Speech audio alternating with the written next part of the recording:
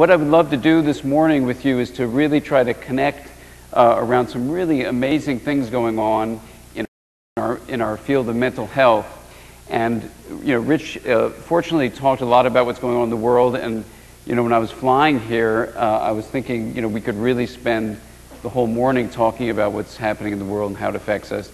But with everything going on in the symposium and with that, I'm just going to focus on the idea of neurobiology and the wisdom of neurobiology and the neurobiology of wisdom.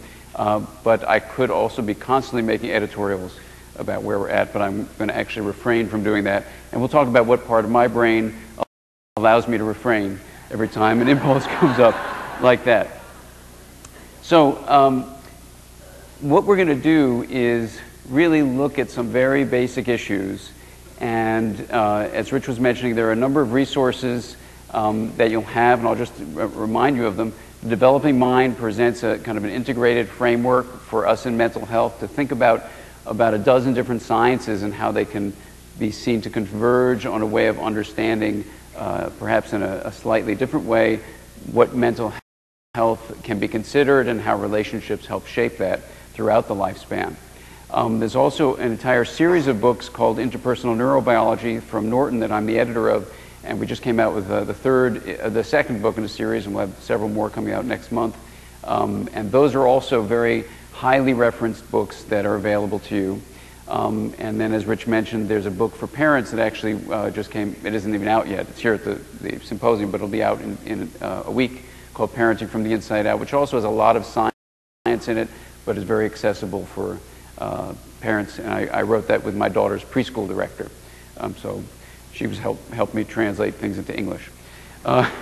So those are all resources. So for this keynote, what we're going to do is just focus on some of the take-home messages so that when you go back to work or later, just reflecting on your own life, I hope some of these things will be very accessible and useful to you and not seem very abstract. You may say, what's this guy Siegel saying that for? How does he know that? Well, certainly in the day-long symposium, we'll be going over a lot of that. But in all of these books, the references are all there. So that's the way I feel good about skipping over that is I know it's written down, and so if you want to know in more depth, that's there. So let's just start with the basics. I'm a therapist, like we're all therapists. That's what I do every day. Yet I'm also trained in science.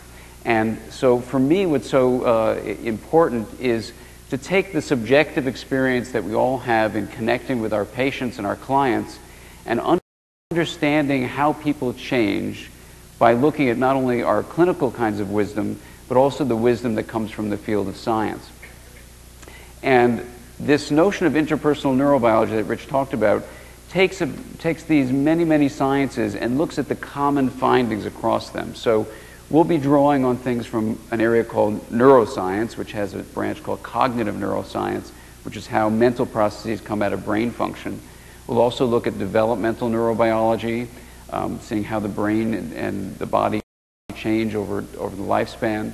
And then look at other fields outside of neuroscience, like evolutionary psychology, anthropology, communication systems theory, attachment theory. And by drawing on all those different sciences, we can start looking at how they overlap. So the first is to ask the question, as psychotherapists, what are we actually trying to help change? What is it that we're really trying to be the therapist of? And when you look at the definition of the psycho of psychotherapist, it's the psyche. And does anyone know what the definition of the psyche is? The soul. That's right. The soul. And it's the intellect and it's the mind considered as, and there's a whole long definition of it. So we're really therapists of the soul. Now that is a very important place to begin, because although I'm going to be talking a lot about neurons, in the end we're really talking about the human soul.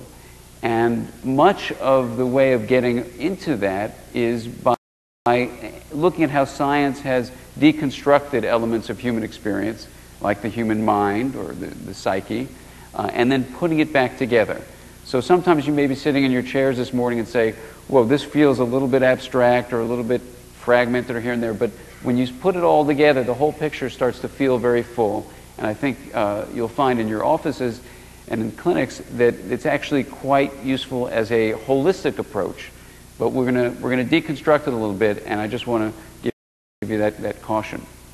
So interpersonal neurobiology is what a lot of us are now using as a framework to say that the brain creates the mind and relationships create the mind.